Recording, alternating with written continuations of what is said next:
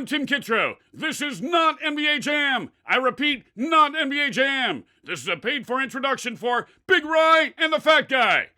Yeah, you can just make it out to cash. Thanks. And are those my smokes over there? I'll take them anyway. Yeah, I don't know why he did that, though. It was Kitchener Leslie's girlfriend.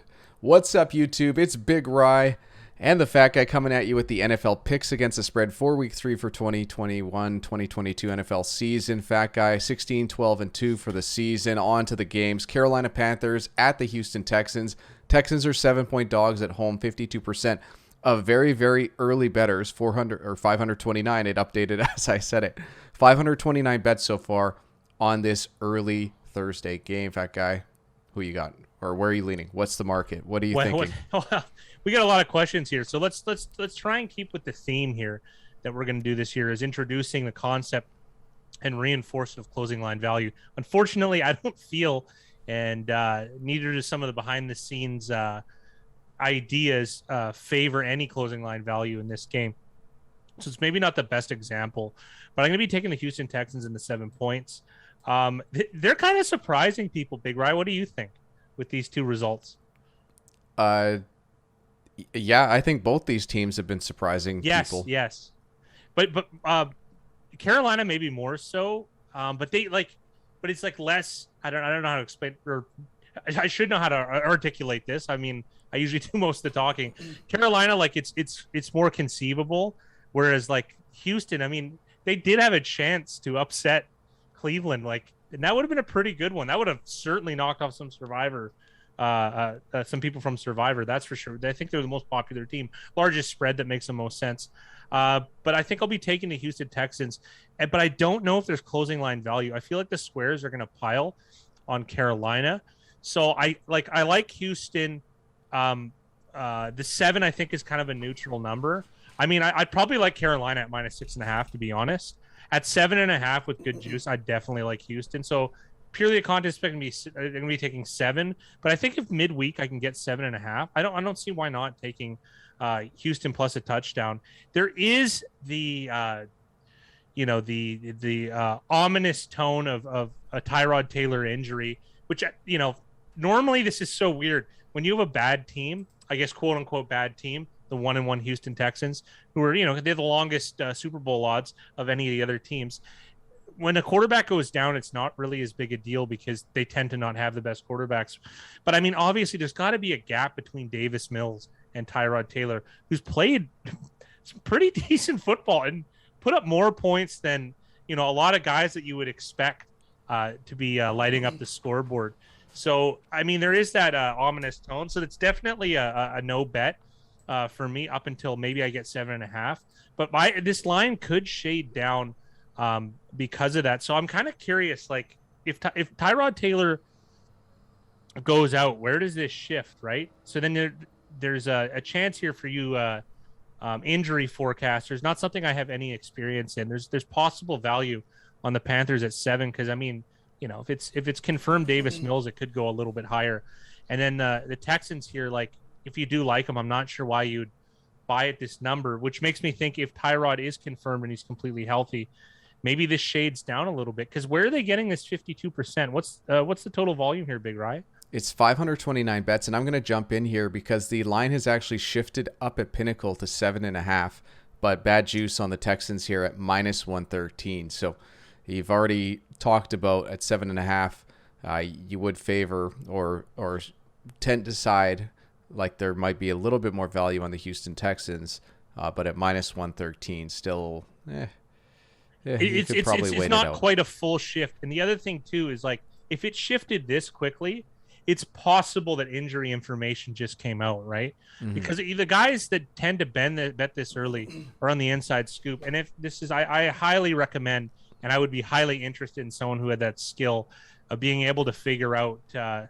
I guess we'll plug a Nate Silver book. Not that I loved it. I felt it to be a little bit long-winded. The Signal and the Noise. So those of you who can decipher the signal from all the noise about injury information, that's a skill that neither of us have, nor have put too much emphasis on. So I'd be very interested in someone doing that because you can really poach some value if you know who's playing and who isn't, and the severity of injury from whatever you're able to scrape from the internet or what have you, however you investigate. So this is a long way to go. I'm not going to be betting this game in the contest. I guess I'll take it's weird you saying that, but we have the line at 7. I said 7. The line shifted. That's our disadvantage for the show. That's why it's tough for us to beat the juice when we have to make these gun to the head decisions. So I said Houston. We're going Houston, even though I feel like I just lost out on some value considering the shift at half a point. On to the next game. Next game, Chargers at Kansas City. Kansas City is actually playing right now. They are 7-point favorites, 71% of early bettors, only 163 bets so far. I'm guessing not every book exactly has this one up with Kansas City playing at the moment. This is another one where it's we have the game on right now, and it's so weird and it's so stupid that like a positive result from the Chiefs is probably going to result in more square money because the 2-0 moniker.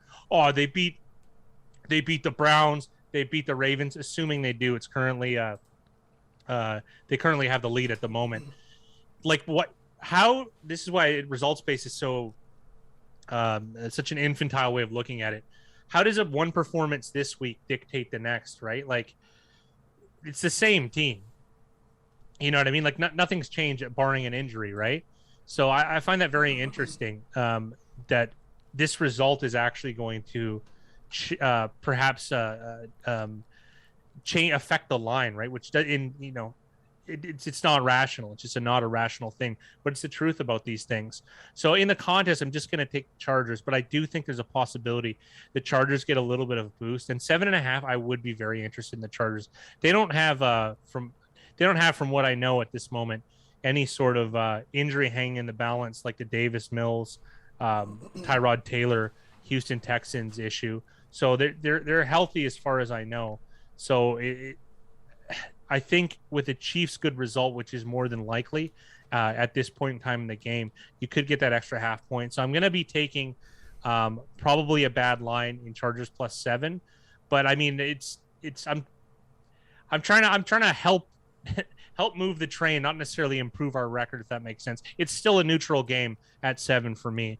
So purely contest pick, Chargers with 7. But let's start poking around at Chargers plus 7.5 at, say, minus 108. I kind of think that's a nice buy opportunity if it does arise.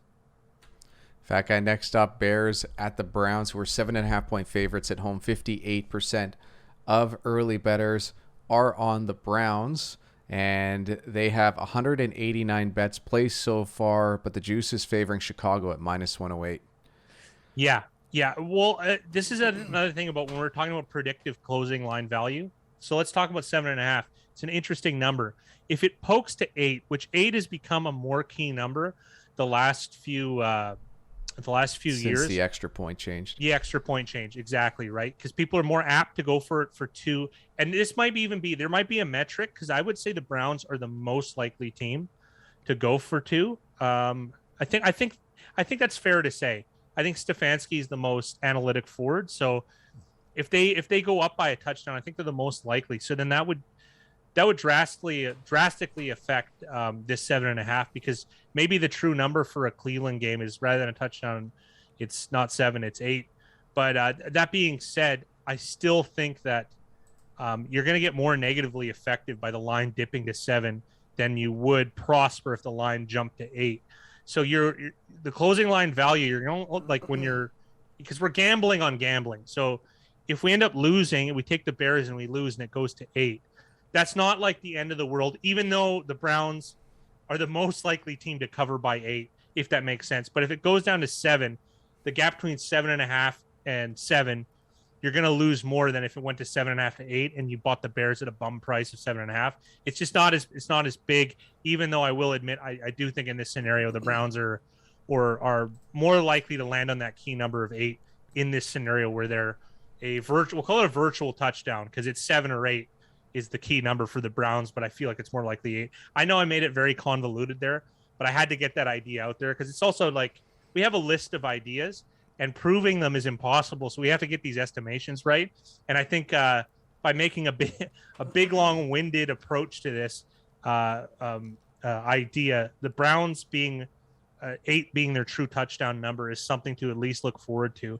And on a side note too, the Browns being analytically forward is it's exciting for me. I really like the Browns. I've liked them for a long time as a fan, and I like seeing that decision making. That makes me really happy when people put math over emotions, which is rare in this world. I'll be taking the Chicago Bears because I feel the closing line value favors them a little bit more because there's less downside. Something I want to add for this game, Fat Guy, is that the Bears and the Browns respectively are 6th and 9th for total number of bets. So I'm expecting this game to be bet a little bit more than some of the other Sunday early games. And the other thing I'd like to note is that the Bears are 27th when it comes to percentage of bets, whereas the Browns have been 14th over the last season and a few games. So I'm expecting more public bettors to be on the Browns and this to be one of the higher bet games, so people can do what they want with that information, especially early on, seeing if there could be any value. On to the next game, Arizona at Jacksonville, 7-point underdogs at home for Jacksonville. Only 4% of early bettors, 277 bets placed so far. And let's just take a look and see if I can find the juice here. The juice is favoring it at Arizona's -7, -110. Yeah, that's not a huge one. Like that's not a pure indication of a shift. What was the volume of bets again, please, Big Rye? 277 on this very, very early market. So what do we got, like 260 on the cards? I mean, that might be more of an indicator, right? I like Jacksonville if I can get 7.5. It's just a weird week. Like the closing line value technically would be on Arizona, but like considering this contest uses the juice at even, it's hard to, you know what I mean? It's hard to incorporate that right into the picks that you make. So I do like Jacksonville, but I like it at 7.5. So in the contest, I'll just take what I feel is a neutral number in 7.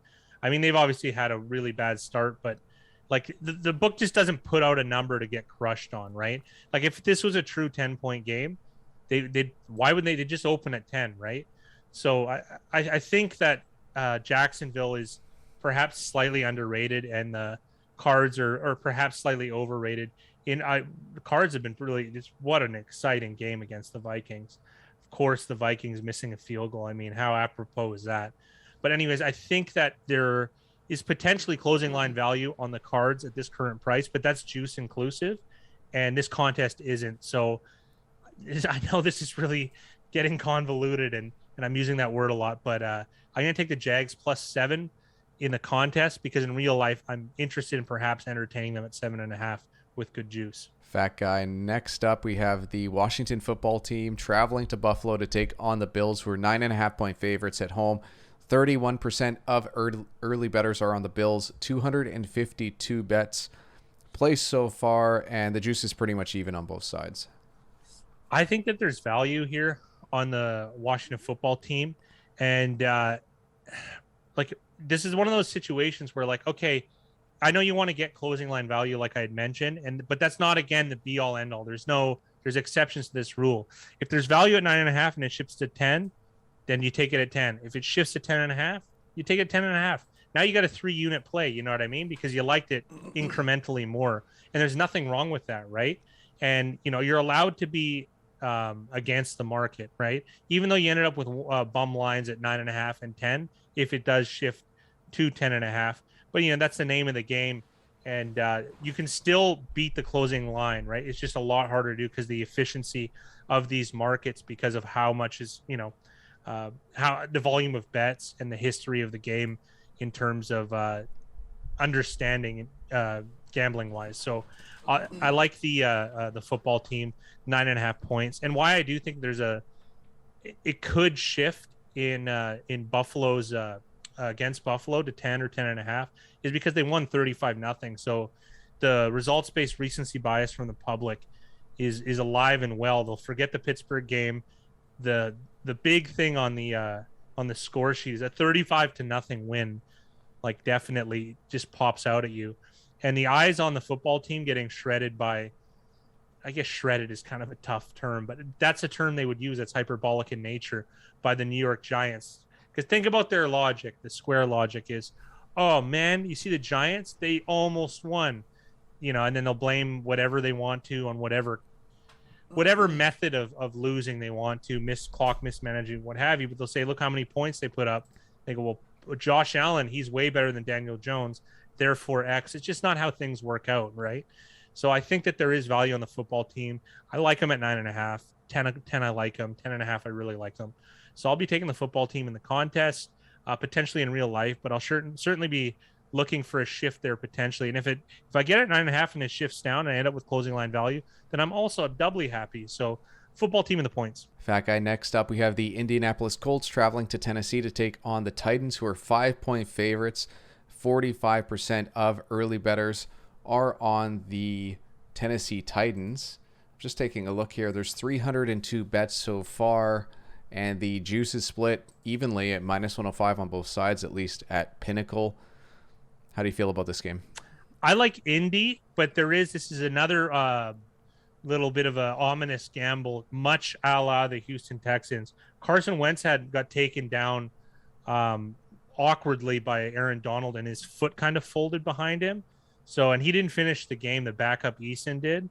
So, again, to anyone who is I guess, predictor of injuries, this is another huge value spot potentially, because I think this is really a 3.5 point game, maybe 3. So this is kind of put in the middle because of the health concerns of Carson Wentz. So because if Eason plays, I really don't see how this could be Tennessee -5. It should be more like, -8, -8.5 in that range, right? So I think they just put a line out in the middle, right? So, I mean, I'm just going to be taking 5. I'm going to assume Carson Wentz plays. I mean, he was walking on it on the sideline, but he couldn't go. But then also, too, I'm not sure, guys treat injuries differently. So this is really a weakness of ours and something we have on the docket, but it's just, you know what I mean? These scenarios don't come up enough to put the huge amount of effort, but that would be an edge for any of our viewers here that think that they're good at scraping information and like I said, reference to Nate Silver's book, figuring out the signal from the noise. So this line is a little bit interesting. I'll be taking Indy with the points. I don't think, because of my inability to understand injury information, I don't think I have an advantage there. I can't actually bet on them. But I'm going to be taking Indy in the points in the contest. And this is another interesting one. This is very, very similar to Houston, Carolina. So again, I'm challenging the viewers. If someone is interested in understanding how injury information gets distributed, this is another big opportunity you could have. Next up, Atlanta at the New York Giants. Giants are 3-point favorites at home. The bets are split 50-50 on 201 bets placed so far. Fat Guy, I'm just taking a look at the juice here for this game, is favoring the Giants at -116. Yeah, that's teetering. That's teetering on shifting. That kind of makes me almost want to change my pick, because I have it as a pure neutral, to be honest. And I think I'm going to do that. It's going to mess up one of our slides, much to Big Rye's chagrin, and he might have to do it in post. But that's enough. This is what's so interesting about doing this video this early, is that these shifts they're quick. They're happening right now. You know what I mean? These are early market shifts. Big Rye is, I go long-winded, but he's the guy behind the Wizard of Oz behind the screen pulling the levers, and he has to keep up with all of these fast-moving markets, and it's tough to do. So I'm going to switch. I'm going to go New York Giants, because there's more than likely probably closing line value on them, because I don't this is a neutral for me. And if it goes to 3.5, I want the Falcons. But if I could get the Giants at 3 when the line shifts to 3.5, that's a nice closing line value, because the push frequency of the number 3 is the highest of any number, as we still know, even though it's dipped down a little bit because of the extra point. So I'm going to take Giants -3. You're going to have to bear with me on the slide that doesn't work at the end, but we made a shift. We called an audible. We're able to do that on this show, as there is no script. So Giants, and I'm going to lay the 3 points. Next up, we have New Orleans traveling to Foxborough to take on the Pats, who are 3-point favorites at home. 62% of early bettors on the Pats. 226 bets placed so far, and the juice is on New England at -108. Yeah. So this is another one where there's closing line value, I think, on the Pats, but I'm going to select the New Orleans Saints because the reason is because I think that it's probably going to shift to 3.5 because of recency bias. Like the Patriots having a really nice performance, and the the Saints having a stinker against the Panthers. I think that has a potential to push the line, and I don't mind the Saints at +3. So I can take the Saints 3 times in a row. So cue the music if we remember. Dylan, this is not for you. It just happens to be, when you play with a team that doesn't have a star quarterback, it ends up offering this, maybe we'll call it undervaluedness at times. So, and this might be one of those things. No, Dylan, Jameis is not a star quarterback, but I do like him. And you know what, to be honest, I don't mind betting the Saints to even win if it goes to +3.5, or taking them at 3.5 is also not a bad idea. So again, I think that the line could shift in that direction, but I'd rather take the Saints at 3, and if it went to 2.5, it'd kind of break my heart and in terms of my hopes about betting this game. So I'm going to take the Saints at 3, even though I do think it's going to go to 3.5, purely a contest pick. So I'm going to wait to wager because I want to see some Patriots money come in because of the recency bias, because it's a do-up team, do-down. And I think there's more value on Saints 3.5 than buying the Patriots at 3 now and having closing line value. And again, I could be wrong and it could shift the other way. More than likely, it'll probably stay the same. And then contest-wise, I'm happy to take the Saints. But this is another tough one. There's no super edge, but I am looking for a shift so that I can put some money down on the Saints. Next up, we have Baltimore traveling to Detroit to take on the Lions, who are 7.5-point underdogs. 2% of bettors are on the Lions early. Only 226 bets so far for this game, and I'm going to see if there is any juice. The juice is pretty much even for this. -106 for Baltimore, -104 for the Lions. Fat guy. We're in a similar type situation with the Bears and the Browns, as we are with the Ravens and the Lions. I mean, this video is going to come out before the game finishes, even though the game is currently underway between the Chiefs and the Ravens. And the Ravens losing to the Chiefs, but keeping it close and going 0-2. That's actually, I would say that's at worst neutral, if not good recency bias. Whereas the Lions could get destroyed tomorrow. So, which is more likely, to be honest. Like they're 11.5-point dogs, 12-point dogs. So the chances of them getting beat really bad are a lot higher than, and obviously too, that's going to sour bettors more. And who's really betting the Lions, right? Like, even the early better pros are liking the Ravens, despite, even potentially being an injury. So I'm going to take the Lions here. And I actually think the Lions probably going to move against them. So you could argue there's closing line value against the Lions. I know this sounds crazy, but if it went the other way, it went to 7, it'd be hard for me to take the Lions, where if it went to 8, like that's not really the end of the world in terms of losing value. So it's not weighted the same. So Lions +7.5, purely a contest pick.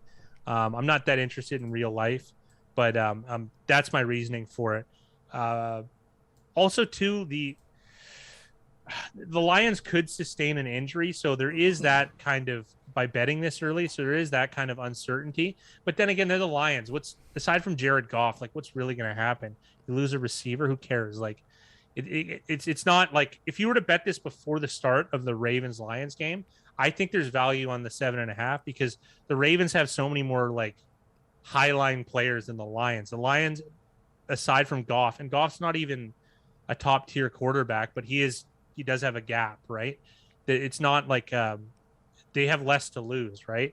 So if I was able to bet this before the Ravens Chiefs Sunday nighter, then I'd be more apt to take the Lions. But I'm going to be taking them in the contest, purely a contest pick.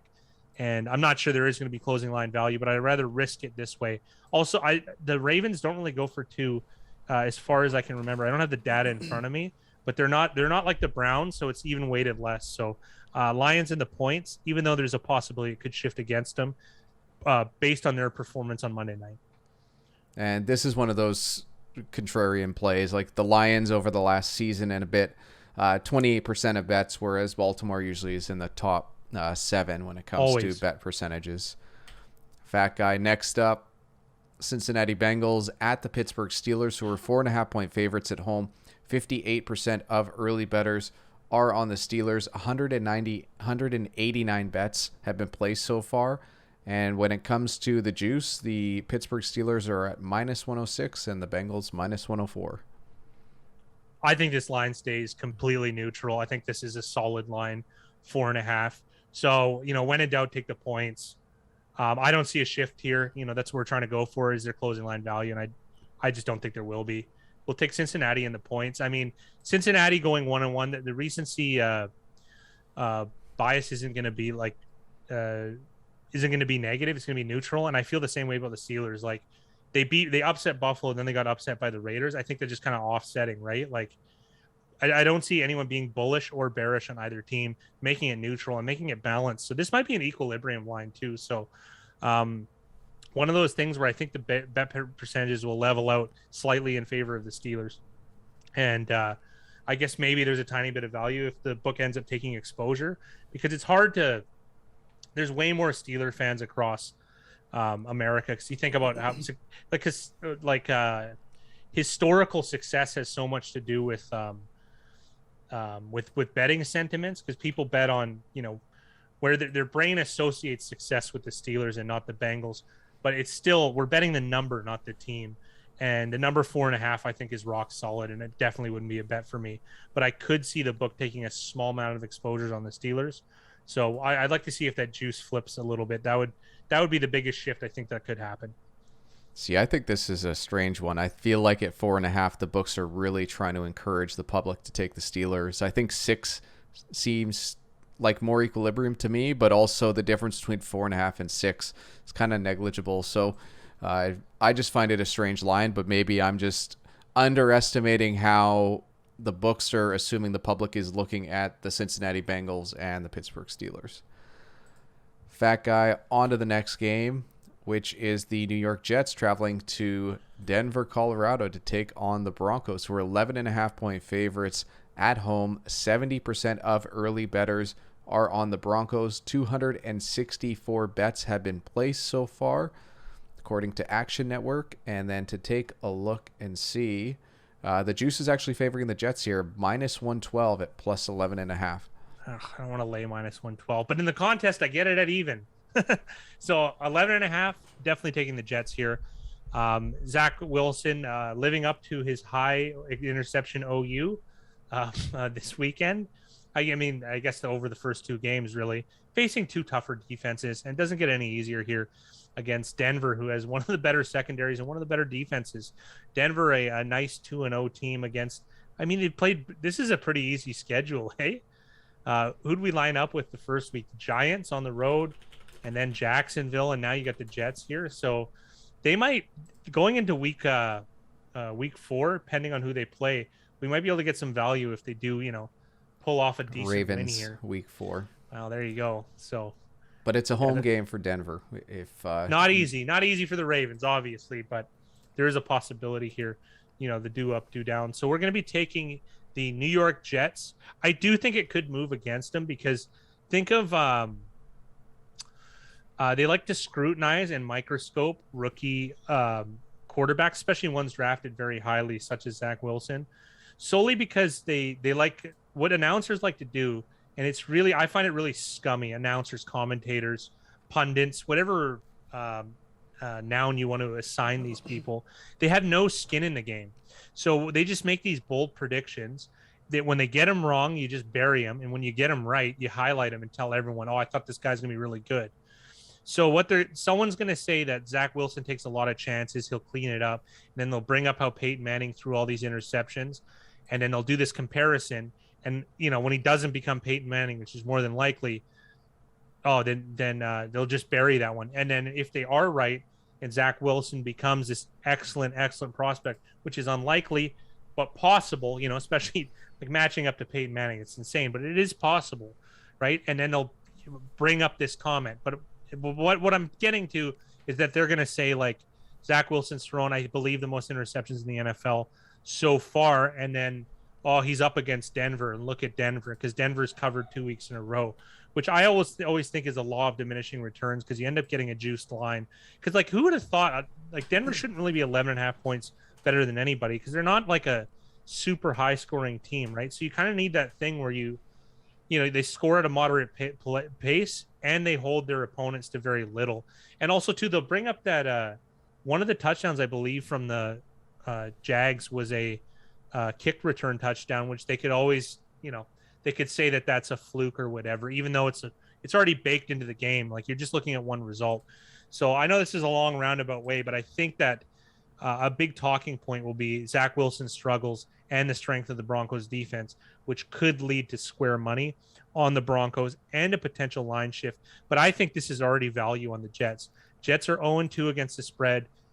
Broncos are 2-0. You kind of get a do up, do down.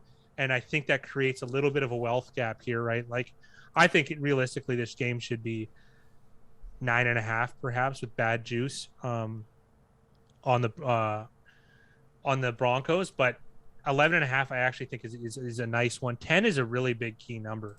It just is, and there's a nice little gap there. So I don't mind teasing it down to 10.5. So I'm not exactly advocating taking the Jets money line, but 10.5 points seems like a lot. But that being said, I know I said I'm not going to advocate taking the Jets money line. Zach Wilson is obviously a high risk quarterback, so he might fall into the similar category as Jameis Winston, where you bet him to win, or you just bet against him, or don't bet. Usually betting against him is tough because you have to lay a lot of juice on the money line. But against the spread, I mean, that's not nearly as bad. So maybe you bet against him, you lay the points against him, or you take him on the money line, like one of those situations, because he is, high risk tends to lead to polarizing results. So all that being said, Jets in the points. Next up, Miami Dolphins at the Las Vegas Raiders, 5.5 points.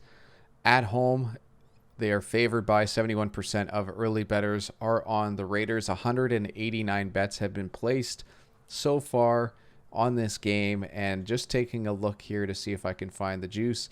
Miami plus 5.5 is minus 107. Well, speaking of quarterback injuries, Miami they had an injury to Tua Tagovailoa. Now, there's something interesting happening here, though. This is one where it might be a lateral movement. Is Brissett perhaps even better? Like, I think this is one of those ones where you could make an argument for it, right? Brissett has more experience. He's less likely to turn the ball over. Miami actually is reasonably well-rounded. I do think that there is value, though, on the Raiders in terms of closing line, because think about it. Raiders are 2-0 somehow, and Miami just got the beatdown of a lifetime, 35-0. So you're going to get that bullish Raider money, if that seems like an oxymoron, bullish Raider money coming in, I believe. So I think this could move to 6.5, right? So I'd like to get that extra point, even though six as a push frequency isn't super high. So, but I'll still take that value, right? So I think Las Vegas at minus 5.5 is potentially a good play. I almost think that Tua playing injured is better for the Raiders than Brissett getting a whole weekend healthy. So this is another thing, 3 quarterback injuries, or injury mystery, we'll call them. This is the only difference is between this one is there's an obvious gap between Taylor and Davis Mills for the Texans. There's a gap between Carson Wentz and I think it's Jacob Eason. I know it's Eason. I can't remember the first name. I believe it's Jacob. But I think this is a good thing to battle out in the comment section. Is there a gap between Tua, a large gap between Tua and the experienced Jacoby Brissett? Or what about, is there a gap between Tua and an injured Tua and a healthy Jacoby Brissett? Or is Jacoby Brissett perhaps a better winning probability option for the Miami Dolphins? All interesting theories in player evaluation, something that we don't really focus on. So this is a good spot for you guys in the comment section to posit your opinions about certain quarterbacks with some supporting evidence. You don't need stats necessarily, because think about the stats you're going to get. They're going to be very small sample size. So perhaps using anecdotal evidence is probably the best way to convince Big Ryan, the fat guy. So I do think there's possibility of closing line value for the Raiders. So I'm going to be selecting them in this game. On to the next game. Tampa Bay Buccaneers at the LA Rams. Rams are 2-point favorites at home. 17% of early bettors are on the Rams. I'm just taking a look here to see at the juice. The juice on the Rams is -109, but currently the line has already shifted down to 1. Oh, yeah. I was going to just buy. I was going to suggest that it would have shifted already for the Bucs. I found this. This was my dark green buy on my list here. The 2 points, I think there's closing line value on the Tampa Bay Bucs. I could see this line flipping the other way. So I kind of like the Bucs money line. So especially because if I can get it at plus money, if you can give me an update on the money line if you have it handy in front of you, because I think that's good value on the Bucs. Big Rye plus 105. Plus 105. Yeah, I like that. You know, I think they're a small favorite, to be honest. Obviously the Rams are a really strong team. Rams are excellent. This is let's be honest, football fans. This is a game you want to watch, right? Brady at his, beating father time, playing fantastic, and the Rams just a well-coached, well-organized, good team. So, I mean, as a fan, this is good, but I think that there's really good early value on the Tampa Bay Buccaneers right now. And I think that's hard to argue. And then, obviously we pre-write these notes, and then it's already shifted. So, it's easy to say afterwards, but I was going to say it anyways, right?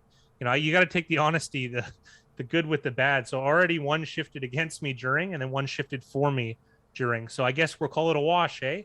So we'll be taking the Tampa Bay Bucs. We're going to take the 2 points. In real life, I'm going to buy them right now for at plus money. I mean, that just speaks to me. And then if you catch it and it's still plus money, I highly recommend doing so. But again, this is not financial advice. This is purely my opinion on the value of a game. And I like the Tampa Bay Bucs at plus money. Next up, Seattle at Minnesota. Seattle is the 1-point favorite on the road. Bets are split pretty much 50-50. 327 bets have been placed so far. And as far as juice goes, Seattle -1 is -110. Yeah, I think this is a complete neutral. It's a wash for me almost. You might feel differently, but I don't see where, you know what I mean? You could shift it a little bit one way or the other. I don't think you're going to be able to create value, especially when you get within the 2.5 on each side. It's harder. 2 has become more of a popular number lately, but it's still not really, really significant. So I do think this is kind of I don't know where the closing line value would be, if there would be any, and it's difficult to predict a shift. So I think it's going to end up around the same extrapolated win probability regardless of what happens. So but in this case, I'll just take Seattle, and I'll lay the 1 point here, purely a contest pick. Next up, we got a little bit of loading time here. The good old Google Data Studio can be in arrears from time to time. The next game is going to be Green Bay at San Francisco. And from what I can see, Green Bay, San Francisco, San Fran -4.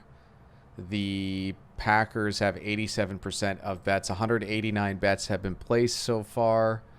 And Fat Guy, we don't have juice because this line isn't out at Pinnacle. Well, there you go. I think that there's closing line value on the Packers. Because I think this line is going to shift down. I think 4 points is really generous. 3 is probably fair at the most. And this is one of those things where the Packers' performance is going to dictate a little bit of this. And you can do these Aaron Rodgers theories about he didn't actually try. He's just showing the Packers what mistreating them is like. I don't really buy into any of that. I think that the chances are is that they have a strong performance against the Lions. I mean, they winning by 10 is perfectly fine, and that's very likely. Winning by 13, something like that. I think that this line could shift against the Packers, so I'm happy to take the 4 points. And I think there's closing line value, and I think it should shift down and garner 50-50 at 3. So that's what I'm forecasting. Obviously, there could be an injury during the Packers game that could just blow that theory out of the water. But I have to go with the current information I have at this moment, and that there's a healthy Packer team, and I'm assuming a healthy Packer. So perhaps I'm gambling just a tiny bit, but Packers +4, I do believe that there is value on. So Packers +4 is the pick. And then, Fat Guy, on to Monday Night Football, where the Philadelphia Eagles travel to Dallas to take on the Cowboys, who are 4-point favorites at home. 44% of early bettors are on Dak Prescott and the Cowboys. 176 bets have been placed so far, and the juice slightly favors Philly at -106. Yeah, this is speaking of which, right? Like, I think this settles around 3, maybe 3.5 at even money. It could stay here. This is there's no like game on the line that could shift it, so it's more inelastic than Green Bay San Francisco would be. But I think there is value on the Eagles +4 points. I think the Eagles have been underrated. They were a very sharp bet team over the last year, and I don't see why that isn't the case right now. So I'll be taking the Philadelphia Eagles and the 4 points, and I do think that they're underrated by the public and followed closely by sharp money. So Eagles in the points does seem to be the play, because I think there is closing line value at 4, and our betting analytics do seem to favor the Eagles in terms of sharp money versus Joe money. Do you have any of those proprietary? It's a Big Riot and the Fat Guy proprietary statistic. Do you have any of those on at the ready, Big Riot? Yeah, Philly received 25%. Like, they ranked 25th as far as percentage of bets, but they were 11th when it came to percentage of money. And that's what Fat Guy was mentioning when he said that sharp bettors have been on the Eagles, and they were this week when it came to San Francisco. And that's just been the trend for them over the last season. They have been the most sharp bet team, I guess you could say. And I don't know if that's actually translated into wins and good against the spread. I don't have to guess. I can just take a look and see. Just trying to find Philly on this list. But let me just translate. They were those numbers really quick. 7-9-2 against the spread. Okay, so I guess it's a loser, but that's a small sample, right? And what I do like is, think about it. Unless there's big whales that we don't know about that are betting on Philadelphia every week, which is possible but unlikely, because I mean, there should be. You'd think whales would be more attracted to really popular teams, and I'm not saying the Eagles aren't popular, but comparatively to some of these bigger teams like Dallas and New England, you know, obviously, or people that are just Brady fans, for instance, I think that would show up more often, or at least be equal, right? But think about it. They're 25th in the amount of bets that they receive, but 11th in money. That's a matzo ball of a gap to go kosher.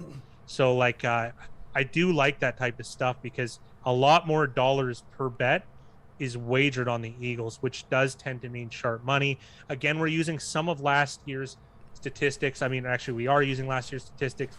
So that does, like, I mean, that, you know, it's not the same team, so things are lost in the fire. But, you know, predictively, I do think that they're generally a sharp bet team, and there's generally value because they're just not liked by the public so much. So I'm going to take the Eagles, and I think there's closing line value on them at 4 points. All right, Fat Guy, on to the lightning round. And we are going to start off with Carolina at Houston. Houston Texans. LAC at Kansas City. Los Angeles Chargers. Bears at the Browns. Chicago Bears. Cardinals at Jags. Jagrags. Washington at Buffalo. The Washington football team. Colts Titans. Indianapolis Colts. Falcons Giants. Oh, did you switch it? Look at you. New York Giants. Saints Pats. New Orleans Saints. Ravens Lions. Detroit Lions. Divisional Bengals Steelers. Cincinnati Bengals. Jets at Mile High. Jets in the points. Miami in Las Vegas. Closing value 2-0 Raiders. Tampa Bay at the LA Rams. Get the plus money bucks if you can. Seattle in the Dome at Minnesota. Seattle Seahawks. Green Bay at San Fran. Green Bay Packers. And Philly at Dallas. The Sharp Eagles. All right, Fat Guy, the week 1 leader who ended up on top, and we're going to give another shout out to, I'm sure we're going to be giving out more shout outs as the season goes along, but Cassone went 14, 1-1. I want to give you a shout out, Kasson, if you are watching this. I had a few people reach out to me and ask for your picks, and I told them that I didn't tell them no, I just ignored it, to be honest, because yes, this is a contest. You're trying to win it. There's money on the line. No one's getting your picks, Kasson. So unless you want to sell them in the comments section, your picks are safe with us. And congrats on the 14 1-1 week. In fact, I'm not even going to let you get a word in edgewise on Kasson. We're going to go straight to the leaderboard for week 2. As of now, 14 games played, and Wook Dog has a 2-game lead, so he is going to at least tie for the win. Most likely he's going to win this at currently with the 11-2 record. You got thoughts on Wook Dog? Yeah, I absolutely do. I'm glad you let me jump in here. We weren't as organized in the beginning with the statistics. So unofficially, but we made it official, I guess. He seemed to win the most weeks in the first year that we did it. So Wook Dog would have been our season 1 champion, followed by Jake Jacobs, followed by Kasson, who's been absolutely on fire. I guess he owes me 9 USD, but you'll see in the name section that he probably recognizes that. So congratulations to Wook Dog on winning the week. Unfortunately, this is the T-shirt thing. The logistics didn't work to my favor. So I'll get a Bitcoin wallet. You're right in it. And you too, Kasson. You got 16 or 17 more weeks, whatever it is. And then the overall leaderboard, we have a new person on top with Colt Boy 69. Colty Boy 69. Right now, 22-6 against the spread. Good for 78.6%. 22-6, fat guy. That's unreal. Yeah, absolutely. Look at that. 78.6%. It's pretty good. And there's a lot of other strong competitors. Kasson at 21-7, Laser Jets at 19-9, Zitvono, Jay the Infamous, and Untouchable Jay all at 18-10. The second coming, 18 wins despite only having 29 games. Also a shout out to Addy's Daddy, Shiv Daddy, and Bravo Billy. It looks like a lot of daddies in the leaderboard, fat guy. And probably Dylan's too. Name of the week, honorable mentions. Take it away. Okay, this was a dead heat for name of the week, but we did name it the JS715 name of the week for a reason. So he usually gets less of a priority. I mean, we got Tim Kitzrow from NBA Jam to call out his screen name every week because that's how good he is. The Eric Carlson you ordered from Wish.com and the Fat Guy Show. If you don't know, if you're not familiar with hockey, look up Eric Carlson and piece it together in your brain. That was one of my most favorite mean jabs I've ever heard. That was terrific. Oh, thank you. Oh, it's just so good. It's a wonder to make this show. And you guys have been so good with the names. Like I have trouble every week, you know. There's some that are salacious and didn't make it, but I did enjoy it. So the next one is Dylan's fake YouTube account manager. I think that's for In the Know. So join us on stream for Monday night and Thursday night football, and you'll definitely piece that one together as well. It Hurts to Bleed Red Pinstripes in September. I like that one. The Pop Warner New York Little Giants. I mean, that's fair. 0-2. Big Ryan the Fat Guy. I owe you $9 USD. I think you guys know who that is now. I mean, I'm not sending American bank drafts anymore. Big pain.